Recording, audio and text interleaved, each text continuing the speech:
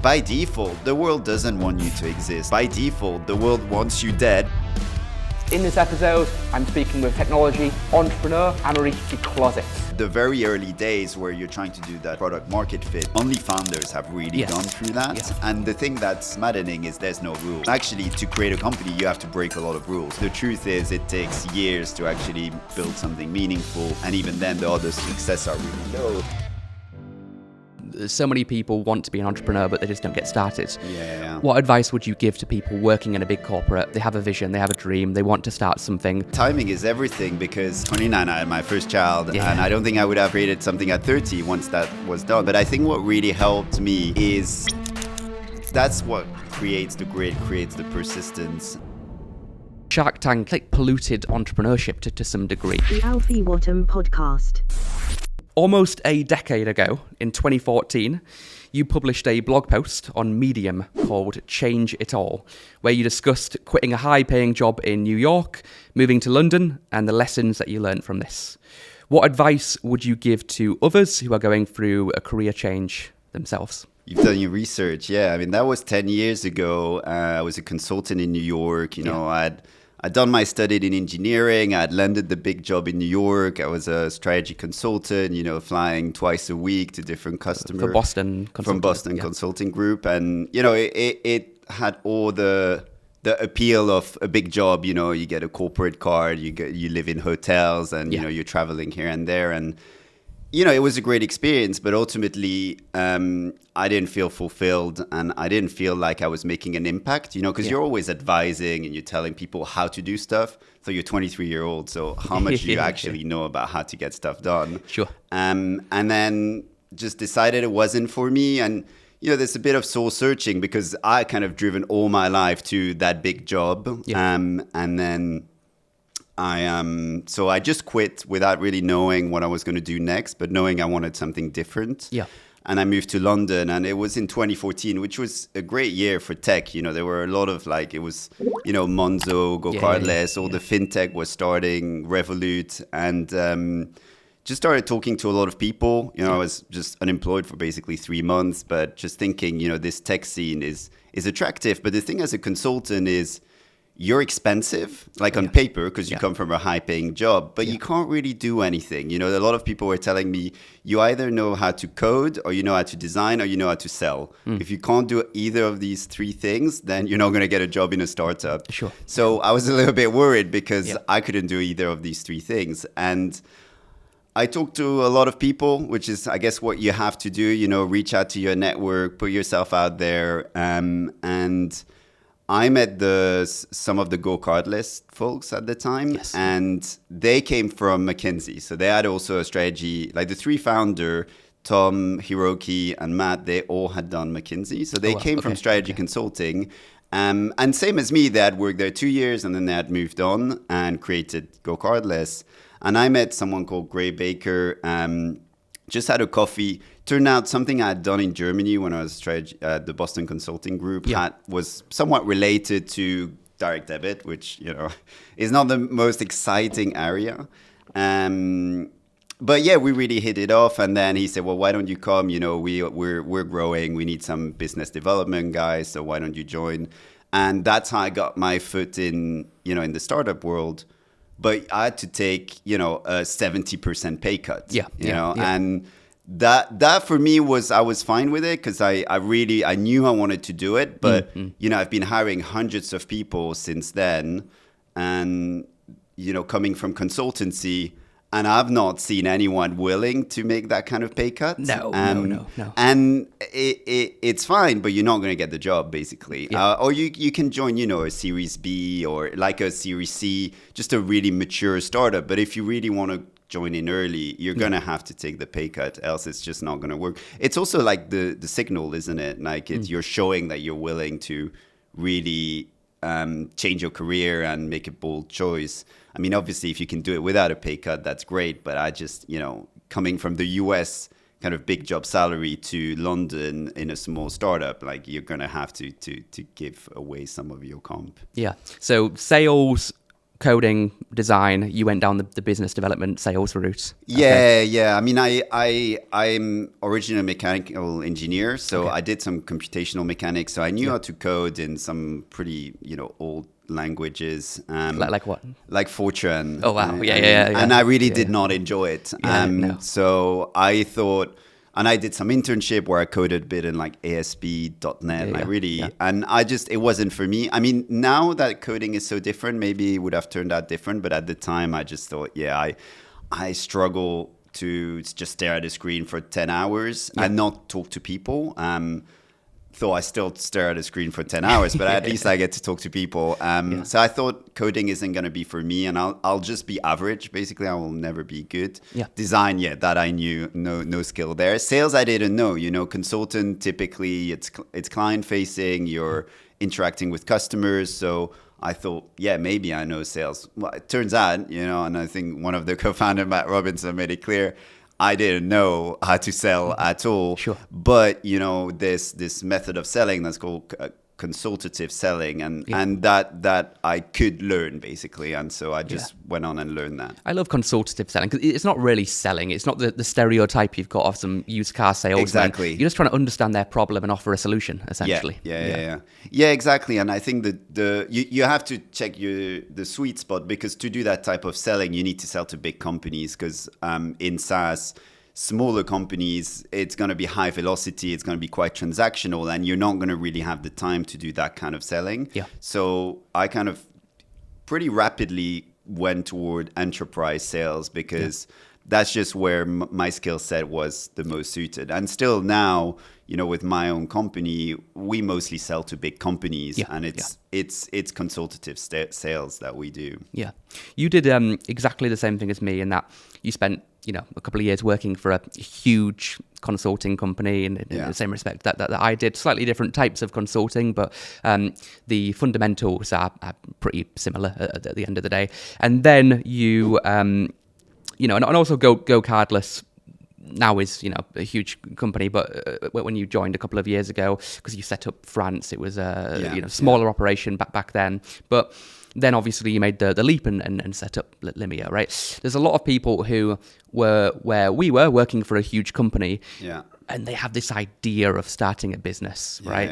Whether it's a recruitment community agency or whether it's a software business, right? Or anything, but they just don't do it. So many people want to be an entrepreneur, but they just don't get started. What advice would you give to people working in a big corporate? They have a vision, they have a dream, they want to start something. What recommendations would you give them?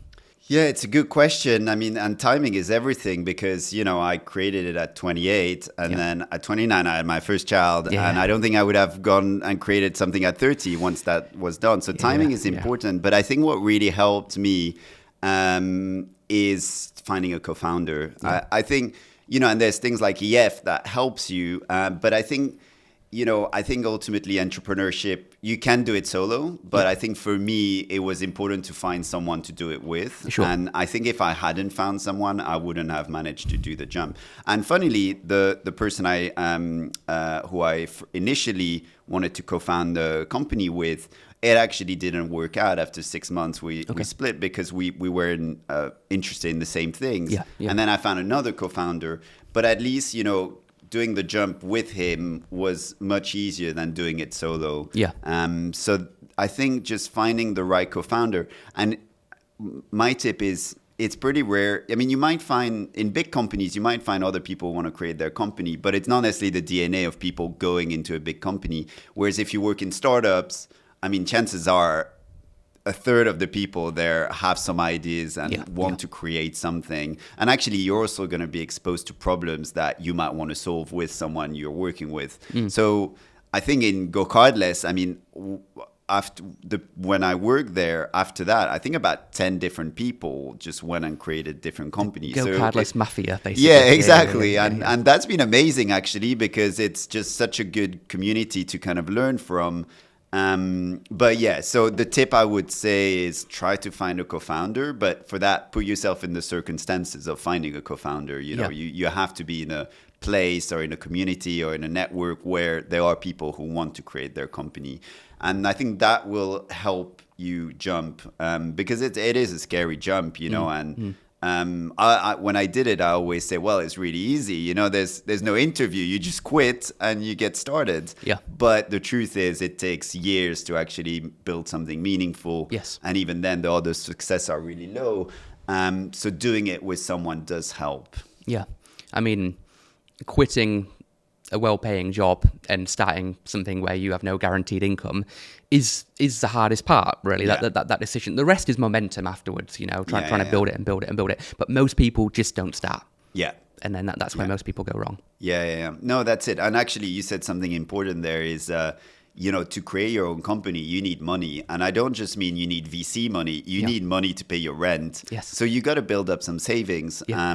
And that also is a hard thing for people to, you know, in London, it's expensive. It's hard to build up your saving. Yeah. And then a lot of success is just time, right? So if you just have 3 months of saving and you say, I really need to create my startup in the next 3 months, there's a high odd that you're going to fail because it's just not enough time. So whereas if you have 1 year of saving and you're ready to lose it all, which I did, then you just got more runway, right? Yeah. It's your personal runway, and that's really important. I mean, again, there's other things that can help you, like incubators, but at the end of the day, you still need to find a good idea, and you need to find like the good initial team, and that just takes time, and you can't really outsource that bit. No. And you need to put yourself out there. So, yeah, I think also just making sure you're comfortable enough money-wise, and you reduce your personal cash burn to the minimum is really important. Hey, this podcast is brought to you by wellpaying.com.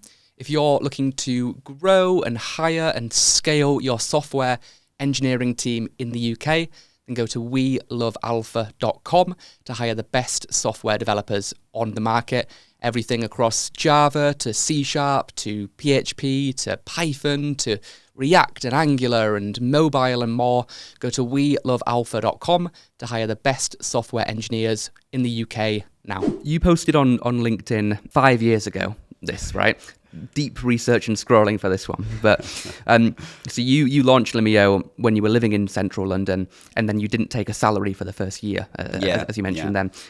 Me too, as well. When I set up my company, I haven't taken any money out of it. And instead, you know, taking that money, reinvesting it back into the company, because you're not starting a company so you can make this much money. You're starting it so eventually you can make this much money.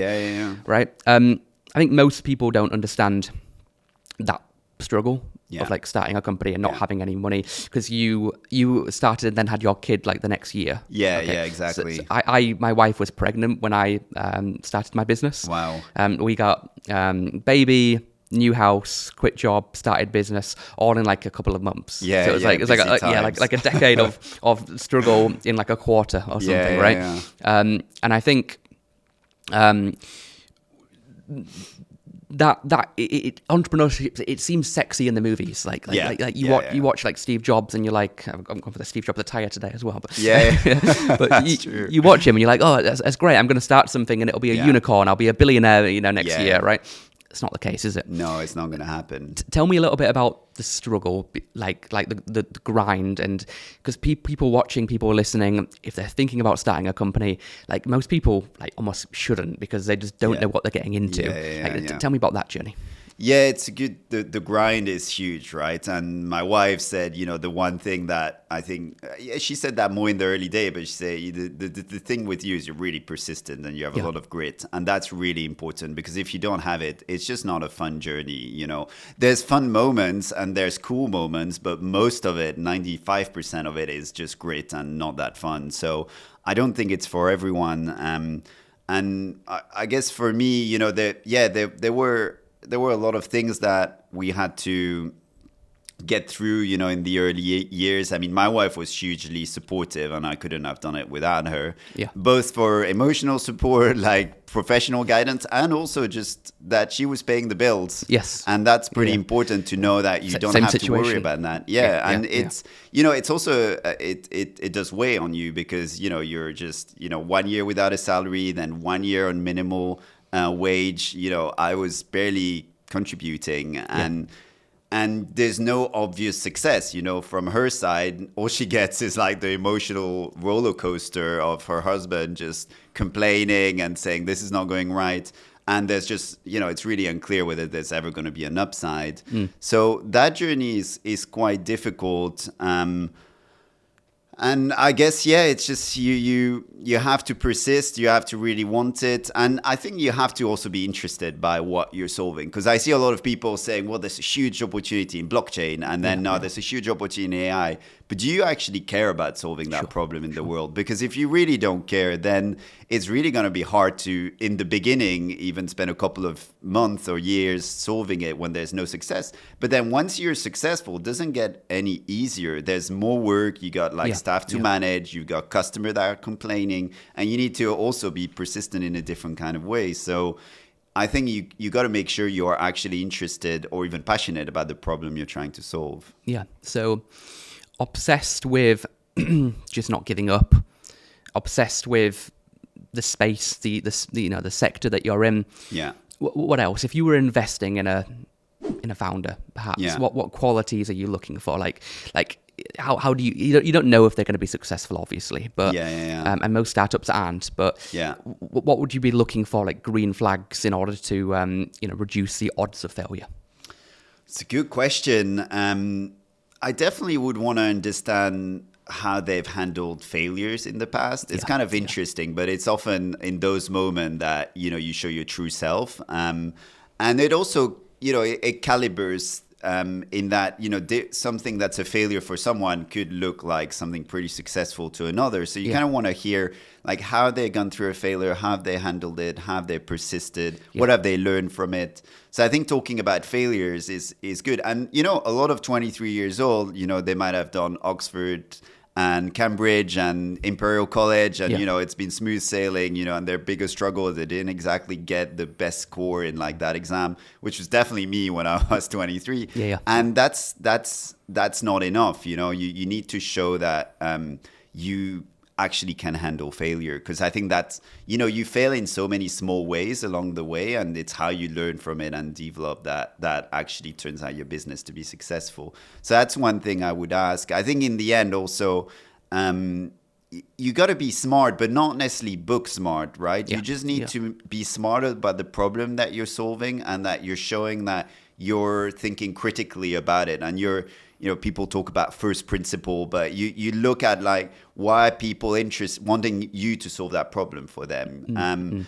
And if people are being honest with themselves on that, and often you don't have all the answers in the early days, but if people have an approach where they're being honest with themselves, they have a unique viewpoint on that, then that's worth digging in. And I think that's when you've got the seed of a good founder, is when they're passionate about the problem, they're thinking about it critically, they've got a unique approach to it, and then they just then need time to refine and make it a business. But I guess that's the two things: handling failure and kind of thinking critically about that problem that they're trying to solve. That's the two things I like to dig in. What about, I guess, specifically in your situation? How old is Limeo now? How many years ago? It's 6 years and a half. Okay, so if you could go back, time machine, right? Six and a half years. I guess you've got like 30 seconds or a minute with the younger version of yourself. You've learned a lot over the past 6.5 years. What would you be telling yourself? I think it's just what I said around thinking critically. I'd say don't lie to yourself. One of the things we did, and we did it for 3 years, we focused on subscriptions and we focused on the customer service side of subscriptions. And it's hugely important, but if you think about it critically, most businesses nowadays, they want you to buy online and they want you to then self-serve online. It's cheaper, customers happier, it's a better experience.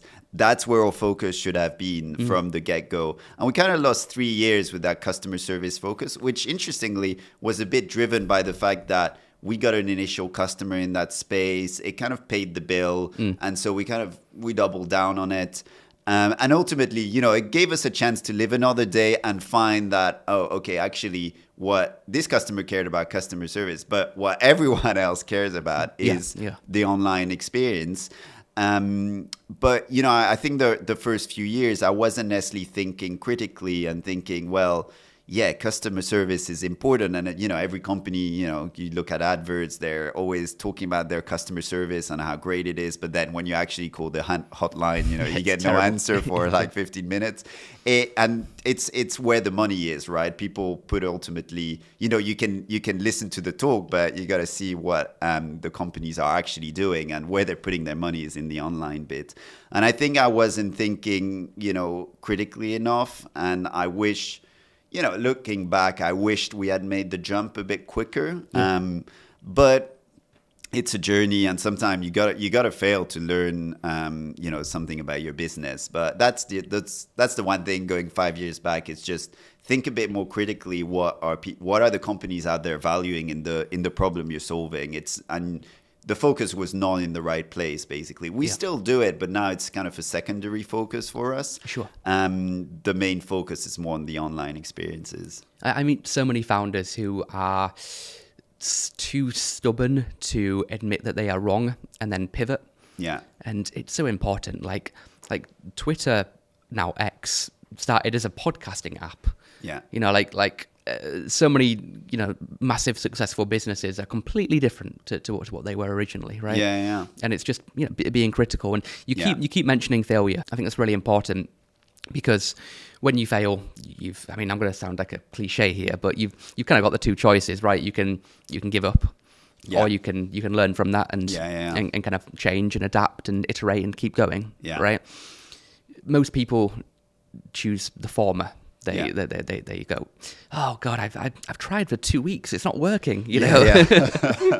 And I filmed 3 podcast episodes, nobody's listening. You know, why is nobody buying my thing, right? Yeah.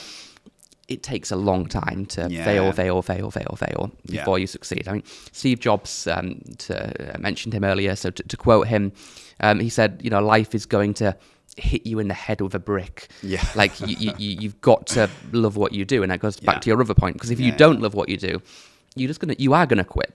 Because for sure. Because if like, I'm the most persistent person I know, but if I was doing something I hated and I kept failing over and over again, I'd quit as well. It's a perfect excuse to quit, right? Like, hey, it's not working out. You know what? I don't even like this. Let's move on. Yeah. No, you gotta love what you do. I mean, it sounds such a cliche, and you know, it doesn't mean, because you know we all love being on the beach or being on holiday, but you have to love to solve that problems for the world. And that's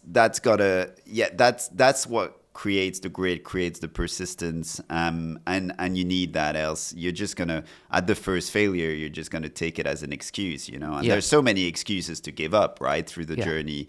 And there's few reasons to persist, because like your family says, why are you doing that? You know, your bank account say, can you stop and get a job? And all these things add up. And there's very few people who are actually truly supportive, you know.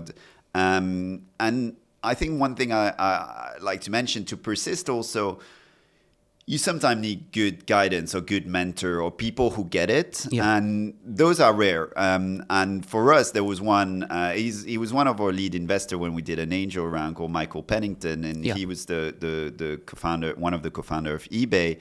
Of Gumtree, who got bought by eBay. Okay. And in the early days, he was just giving us real talk, basically, real advice. Sure. And you know, it's back to what I was saying around not lying to yourself. He was sometime, you know, a couple of critical time, he said, look, guys, you're just going to go bust. You're going to, you know, your startup's not going to work out if you carry on that way. Yeah. And that's not a message you want to hear, because you're kind of lying to yourself and you're thinking, no, but if I do this and that, you know, it's all going to... But you need to hear it. You need to hear it because, you know, if you hear it early enough, you can do something about it, because failure is a big word, but it's not always black and white. If you fail sufficiently early, you might still have a bit of runway or a bit of time or a bit of opportunity to pivot and do something different. If you really wait to the last second where you've really exhausted all the options, it's kind of hard to recover for a failure, no matter how persistent or gritty you are.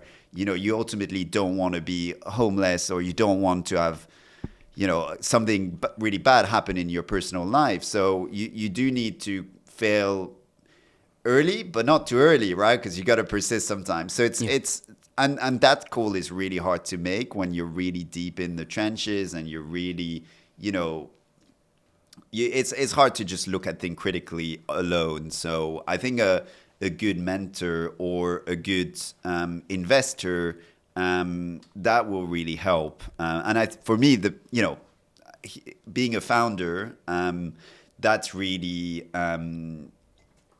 helpful in the early days, because I think a lot of the later journey, a lot of people can relate to it. Scaling, employing people, like growing the customer base. It's everybody's jobs. Like this, but the very early days where you're trying to do that product market fit, only founders have really gone through that. And the thing that's maddening is there's no rules, right? There's no playbook. If there was a playbook to create a company, then, everyone would be creating their company.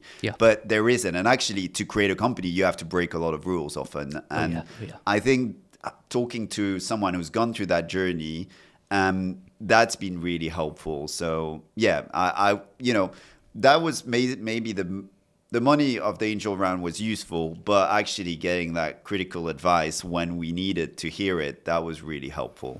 Hey, really quick video just to give you a free subscription to Coder magazine. Coder is the #1 publication for all the latest tech news, expert insights, and exclusive industry interviews. With Coder, you get the inside scoop on what's happening with Elon Musk, with Bill Gates, with Jeff Bezos, with Mark Zuckerberg, and so much more. So if you work in the technology industry, then I'd highly recommend that you give Coder a read today. Just scan the QR code on the screen for free access now, or go to welovealpha.com/magazine to get your free subscription today.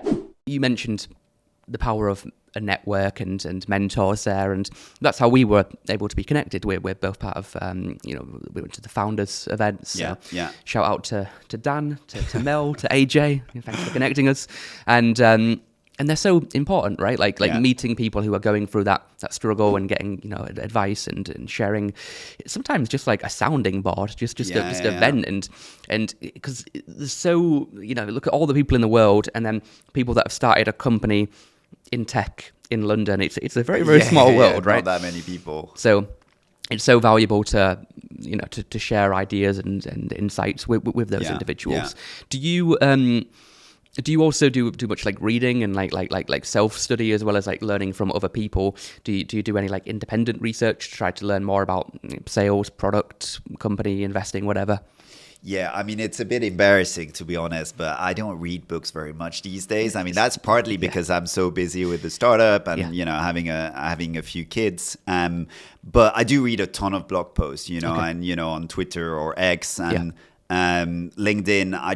That's how I like to consume kind of and stay fresh on, product methodology, sales methodology, what's going on in the startup world, what other startups are doing, because there's so much that you can inspire yourself on. But ultimately, reading is really important. But I do feel like the community, learning from others, is actually, something that I learn a lot more. Because I think the problem is, and I guess a book is probably the other way of doing it. I just maybe don't have too much of the patience for it. But there's knowing that something is interesting, and then there's actually knowing how to do that thing. And when you talk to founders, they can walk you through, okay, here's how I did it. And that's a bit different than, just reading about it superficially. But I do find that just, being on Twitter, for example, and just reading what every kind of VC founders in London kind of write about, talk about, that first, it gives a sense of community, even if you don't really interact, daily or even at all. But it does make you kind of understand what people are thinking about, what are the latest thing that people are doing. And that's quite useful, because in startups, you don't have to reinvent the wheel for everything. You really just have to reinvent the wheel in the one thing you're solving for your customer. But for a lot of other things, hiring, retention, product, you don't really have to reinvent the wheel. You can look at what others do it, and you need to think critically, well, does that work for us? Because, we're a different kind of business. We're growing at a different way. We don't have as many people, but you can still, talk about it and understand the playbook there. I'm with you on reading. I used to read like a book a week religiously, and then I had a kid, man. Like, yeah, exactly. So, I used to read a lot, Yeah. but then I don't know. Yeah, but a kid changed thing, and Yeah. by the time it's realistically, I could read in the evening, but by that time, I just want to go to bed and start my day early and get working on the startup. So and frankly, also I'm also woken up early by the children, so. But I'm looking forward to the day where I can again kind of have the sort of mental bandwidth to read, because when I worked at Go Cardless, I was reading like 0 to 1, The Hard Thing About Hard Thing, and all these books around startups. And that's weird. I interviewed somebody called Merva Iqbal the other day, an entrepreneur who runs an electric vehicle delivery company. I asked her for her book recommendations, and she literally said 0 to 1. And The Hard Thing About Hard Things. That's funny. Yeah, I love both. That's why they Great came books. to mind, because I read them 10 years ago. Yeah. But they're still there, and they're really good. And, I also was reading things like Spin Selling on selling methodology. And I wish I had more time to read. And I feel a bit embarrassed because sometimes I talk to other founders and they're real bookworm and they're, talk about so many books. And I'm thinking, well, I read a long blog post the other day and that was good for me. But yeah, I'm looking forward when I have a bit more, mental bandwidth to do that. I'm like 99% Audible consumption now because, it's just like a much less friction way of doing it. I can listen whilst I'm doing something with the kid or whatever. But what about on X, on LinkedIn, on blogs, on podcasts, on whatever? Is there anything in particular that you're listening, reading, any blogs that you're following, any people on X that people should be following? I guess more targeted for entrepreneurs, people in tech. Who inspires you? Who are you learning from? It's a good question. I think, to be honest, I think I just kind of absorbed from the general London or startup scene. I don't really focus following on or for you. Which tab are you on X? I'm mostly on. Well, I'm on both. I alternate a lot between the two. I'm not someone who, I don't know. I just recognize we're all human, and some people are doing some really impressive things. In a moment in time. But frankly, you just can learn from so many people if you don't obsess about, one way of doing things or one way of kind of thinking. And I just like to follow a lot of different ways and stay curious about different ways people are approaching problems. So I don't really follow a specific blog or a specific group of people, but as soon as I see that someone is interesting or someone is talking, I tend to follow them, mostly to kind of broaden the horizon. And funnily, that's been working out well, because I think the danger with that is you might get caught up a bit on like the hype sometime if you're kind of in that bubble. But I don't think I mostly just go on Twitter and just click on like different things and what people are talking about. And there's a lot of Gen AI right now, but that's my way of absorbing kind of knowledge and content. Yeah, I'm the same. If I had to look at the phone usage, it's probably like the entire thing, X, and then like Notion, YouTube, and then and calls. And I stuff. spend too much time on X. I should really, and people in the last year say, it's all going down. I don't think so. It's where I learn about anything startup related. Really, I mean, LinkedIn is just corporate bragging. It's okay, but it's nowhere near as cool and interesting as that's X, the right? thing. Yeah, when you want cutting edge, X is just much better. And it's so cool that you can follow people from San Francisco working on the latest thing. You can also work other entrepreneur like really in London working on a specific topic, and I think you can learn from both. Whether you can apply it to your startup tomorrow, that's a different matter, but you can actually learn about it and wrap your head about it. So in 2021, you tweeted, speaking of X, as a startup founder, you never really let anything slide. Not really. It always stays in your head. Yeah. Gosh, if my employees listen to this podcast, they're going to be worried. Yeah, man. I mean, you obsess about everything and you just can't really let go. I mean, you do ultimately, but you have a high bar because you care, right? Yeah. And you're also terrorized of failing or like that little thing you let slide, like snowballing into the thing that will kill your startup, right? Yeah. Like it's this thing that only the paranoid survive. And who said that? I think it was quoted by Dominic Cummings, but I don't know if it's him who actually said it. No, it's definitely not Dominic Cummings. I think is it the first Intel boss? Yeah, it's one of like the OGs of the Valley or something. I can't remember who it was, but it's a great quote, isn't it? Yeah. And it's true. Like, you got to obsess. You know, death can come in 1,000 ways, and actually often it's not one big way, right? Yeah. It's a death by 1,000 cuts. And I think the other metaphor that people do is startups. They tend to drown. Like, they just have too much, and there's too much coming from all sides, and they're not able to cope. And you just have to be paranoid. And the way I kind of internalize that is you can't let things slide, because if you normalize something that's average or mediocre or slow, well, then that's the tendency of the world. Like, you know, is this thing that everyone just wants to do it in a way that's easier and in a way that's less work. And sometimes that's good, by the way, because, you know, like, for example, ChatGPT, there's so much now that used to be a bit laborious that you could do very quickly, and that's smart.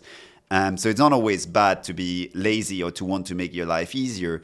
But I find that, you know, there's just so much gravitational pull towards mediocre or just kind of okay. And as a founder, you just can't allow that to happen, because by default, the world doesn't want you to exist. By default, the world wants you dead, because you're taking someone's market and you're taking a big company, shareholder value or whatever. So it's not like the world is waiting for you and wants to be nice with you. They actually don't care about you. And except for your customer who are paying for your service, they don't love you, right? Yeah. And so you can't just let things slide. I mean, you have to pick your battles. Like, you can't just, you know, be on every front, because you then also will die.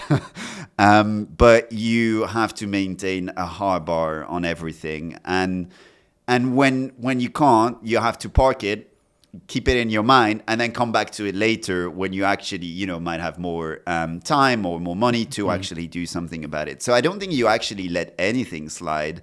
You know, there's like things we built in our product 6 years ago that are I'm still worried about, because we haven't fixed it or we haven't like improved it. And it's never going to go away from my mind. I don't actually have a great memory generally, but for like product and money, like, I've got a lot of memory. I remember everything, because it's so important to the product working and the company working. So I don't think you actually let anything slide. I think the one thing to be careful is you need to let something slide so you can sleep at night. But sure. Beside that, I think it never really goes away. Yeah. One of your company's values is V1, then iterate. I really love that. Like that's that really one. cool. I mean, you got a couple, but that's the one that really stood out to me. Tell me a little bit about that. Yeah, and it's funny because I think it's the one that's a bit unique to us. I think the other are very, you know, you look at a lot of startups or companies in general, you'll find them. But that one is really core to our company. And I think you know, and I came at it from different angle, and, you know, there's this kind of dichotomy between evolution and revolution. You know, do you like evolution, you know, like the British model, like, or do you like revolution, like the French model, or you just kind of remove everything, put something new? And I'm actually more on the evolution side, and that's where this value comes from. I feel like a lot of how great things get built. I mean, there's always a V1, and you know, with the iPhone being released, you know, speaking of Steve Jobs, but a lot of the greatness in a product come actually from the continuous improvement, listening to the customer and taking that feedback loop and making it better. And I think that's why that's really core to how I approach problem. And I'm very skeptical when people say, oh, you know, this feature or this feature isn't working. Let's just remove and rebuild it from scratch, and it'll be like hunky-dory, you know, beautiful world, they'll be perfect. I don't trust that. Like my wall like gets up when I hear that, because I really believe actually, you know, that kind of blue sky thinking is going to be amazing. It often doesn't work. And what works is listening to the customer and then doing the hard work of actually thinking, okay, what are they doing right now with those features? What are the problems they're trying to solve? And how do we make it incrementally better so that we solve their problem? And also the beauty with V1 than iterate is iterating is much faster typically. You actually can get something useful to your customer in 2 or 4 weeks. Whereas if you do, a big revolution, big bang, it's going to be a brand new feature, it's going to take you 3 months. And then because it's been in your head and then you put it out there, you don't actually know if it's good until the customer tells you, yeah, this is good and I'm using it. Yeah. So it's also high risk for a startup. And sometimes it's necessary to take that risk. Sometimes, when you get started, you obviously have to build the V1. And sometimes something might be really broken and you just need to start from scratch. Or sometimes there's a new business opportunity and you need to build something new. So it's going to happen. That's why it's not just then iterate, right? It's V1, then iterate. Yeah. But that iteration is fundamental on how I approach, I guess, business. It's just making sure to have the feedback loop. Because I think how I kind of explain it to the team is basically until a user is using a feature, it doesn't exist. Like it's in your head, it's it's on your local machine or whatever. But as long as the customer is not actually using it, it's not useful, right? Like the definition of useful is it's being used. So until you get that into your customer's hand, it's just not going to be something that's useful. So the shorter you can shorten the loop to get that feature to the customer, the better. So I think, the other book I didn't mention is the Lean Startup with the MVP approach. Eric Weiss, great book. It's a great book, but we don't really use the MVP approach. I mean, I don't love using the MVP kind of terminology because I think it needs to work. Sure. And I think the MVP is sometimes too much. I think there's also this advice that you should launch something that you're a bit ashamed of. And I think I agree with that. But you still need to think through the core use case of your customer. And it needs to work for that core use case. Because, I mean, there has been time where we ship something so fast that actually it doesn't really do the thing that the customer needs. And then that's not very useful either. So you do have to make sure you're actually hitting the brief in terms of what your customer is trying to do. But that value is, I think, my favorite and I think the most unique, and one that actually when we hire people, we have to kind of coach people, because if you hire people with a high quality bar, they're going to be a bit perfectionist and they don't always love this value, It doesn't, and you got to be also careful that it's not interpreted as, hey, cut corners all the time. Yes. It's just that focus on delivering what is useful quite rapidly and then taking it from there. Well, you mentioned the iPhone. When that released, there was no app store. Yeah, exactly. And it's fine, right? Yeah, and great. Exactly. Then they iterated. And now look at it. No, great. exactly. Yeah. And I think, and they still did the basic right. You could phone, you could text, you could, read your email. And they did that very well because that was kind of at the time what people expected. And so you still need to your V1 needs to be good enough to fulfill kind of your customer's use case. But you need to then iterate after that. And that's where the real value actually, I think, come from. If the iPhone had stayed what it was in 2006 or 7, it'd just be another phone. But because they've built all those amazing things around it, then now it's, a whole platform, basically. And so the iterate is super important. And the company needs to be kind of thinking about the iteration, right? Because it's a cross-team effort. Like the dev don't always talk to the customer, but you need customer success, product and the devs to all be on board with, once I've shipped this is still my problem. Like I got to make this better now and more useful. It's not just, we've shipped it, it's done now, let's move on. So it does require kind of a different mindset for everyone. I've been advising a company recently, which is it's sort of like Netflix, but for fitness sort of thing. Yeah. And having this exact same conversation with the founders, and they were saying, "Oh, look, Alfie, we need to, need to build out hundreds of videos and courses and programs, and we're going to spend years and hundreds of thousands building it, and then we'll launch." Yeah. I'm like, you could be wasting all of that money. People might receive it and it might not be what they want. Why don't you create something basic, you know, get a little bit of content on there and start giving out free trials or something and in exchange for feedback. And then, and then the product after 1 year will be 10 times better. Yeah. Because the only way to really learn is to get out of your head, stop thinking like you know everything, and just get some actual feedback from people. Yeah, no, absolutely. I mean, there was that other business, I can't remember the name. It was these short videos. It was sort of a Netflix of like 6-minute video content. Kwame or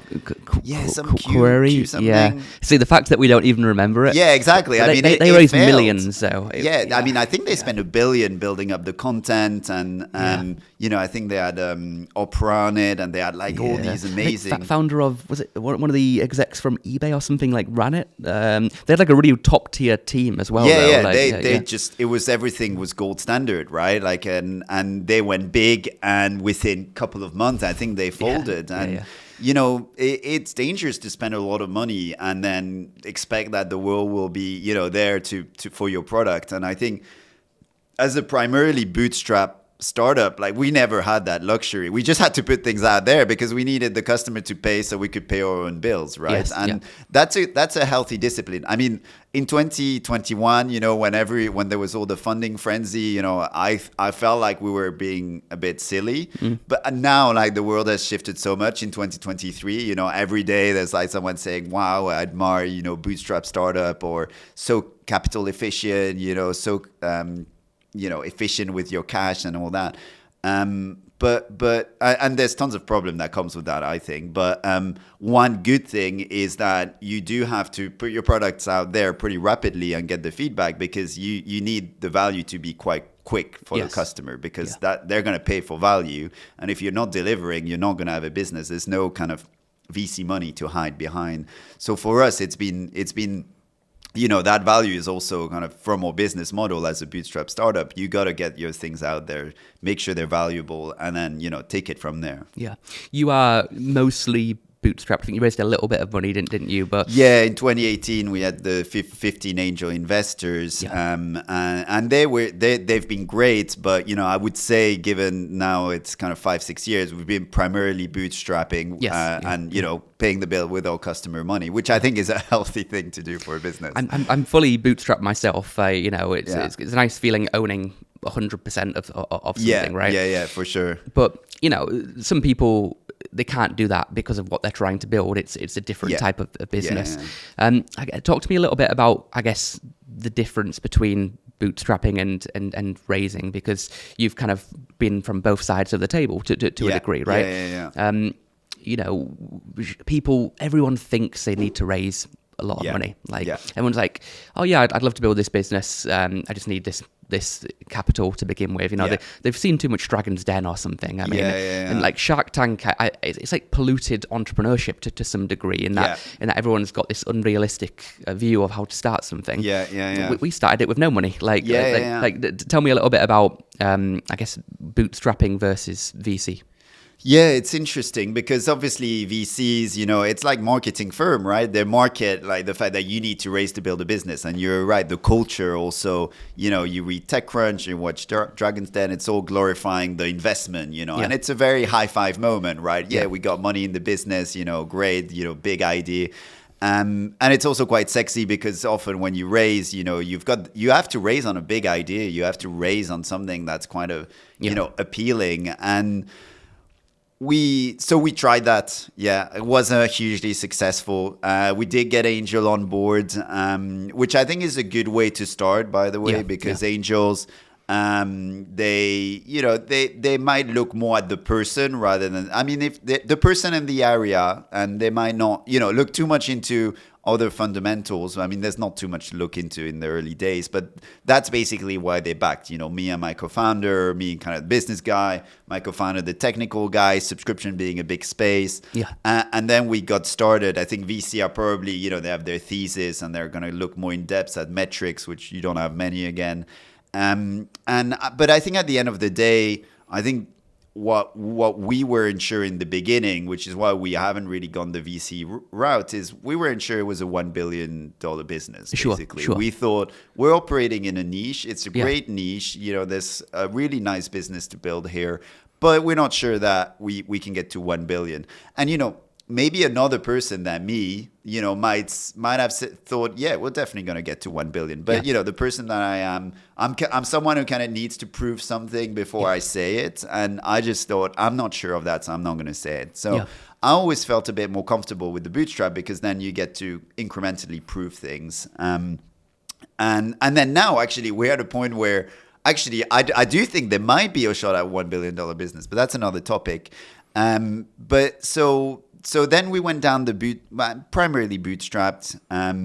After, I'd say 2020, it was basically a bootstrap startup. And I guess the way we made it work, which I don't know if it works for everyone, because we were in the enterprise space, is we basically tagged on implementation services. So professional services to or license fee, or kind of SaaS, annual recurring fee.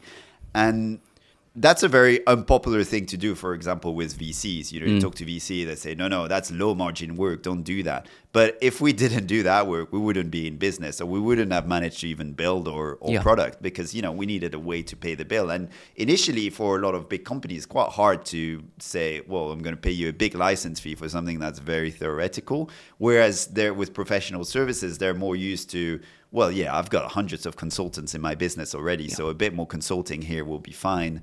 So that's what paid a lot of the bills in the early days, and that's what helped us to bootstrap. And then you have to wean yourself off that, because else you become an agency, and that's fine if you want to build an agency, but if you're trying to build a product, you need to switch gear and then focus on the licensing or the kind of product side.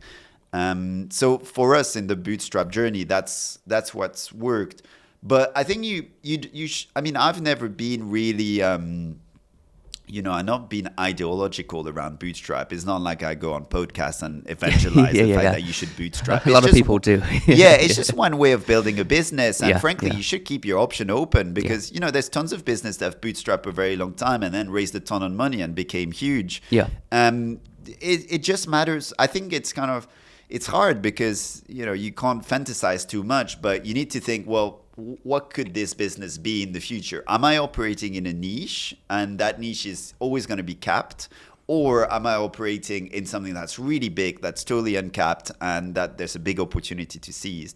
And if you think the latter, then actually getting funding is worth looking at. And these things will change, right? You could be a bootstrap startup for 6 years like us, and then at some point you unlock a new industry, you unlock a new kind of, or something change in the environment. V1, then iterate, Yeah, exactly. And then you can be like, wait, actually getting funding makes sense. For example, for us, we're getting into software where there's a ton of subscription. We've historically been in media.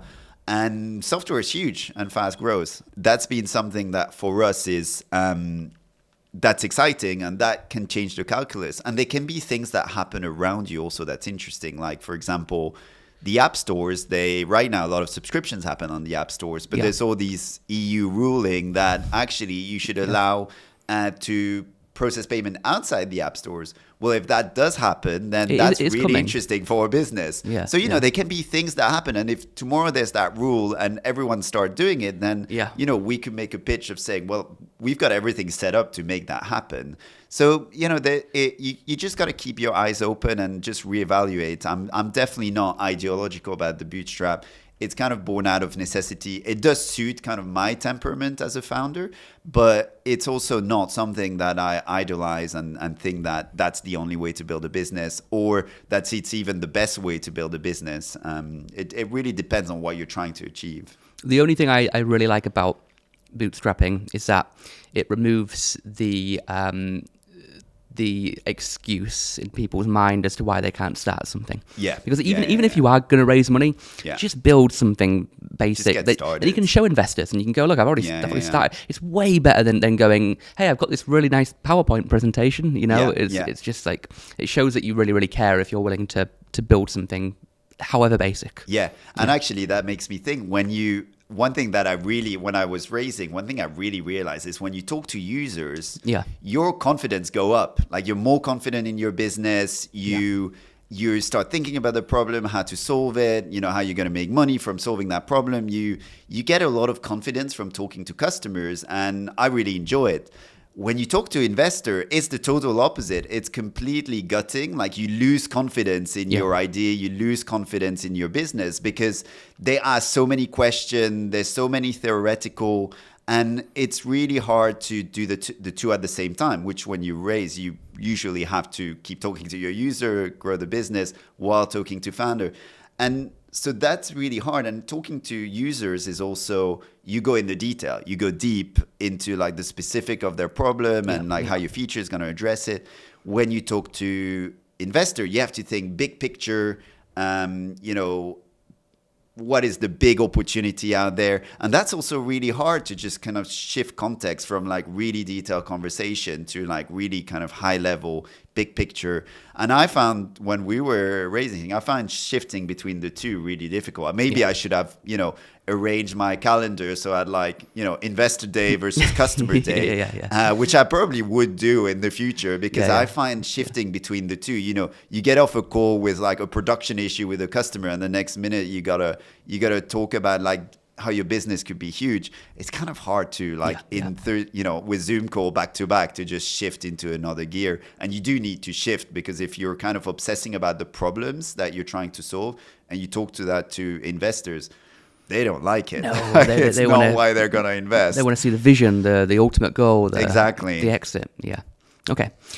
That was awesome. Really good. It's like a masterclass on starting companies, the challenges along the way, and everything that you've learned from that. Thanks, Alfie. What about people that want to learn about Limio? There'll be a link below you right now. What are they clicking on? What's the website?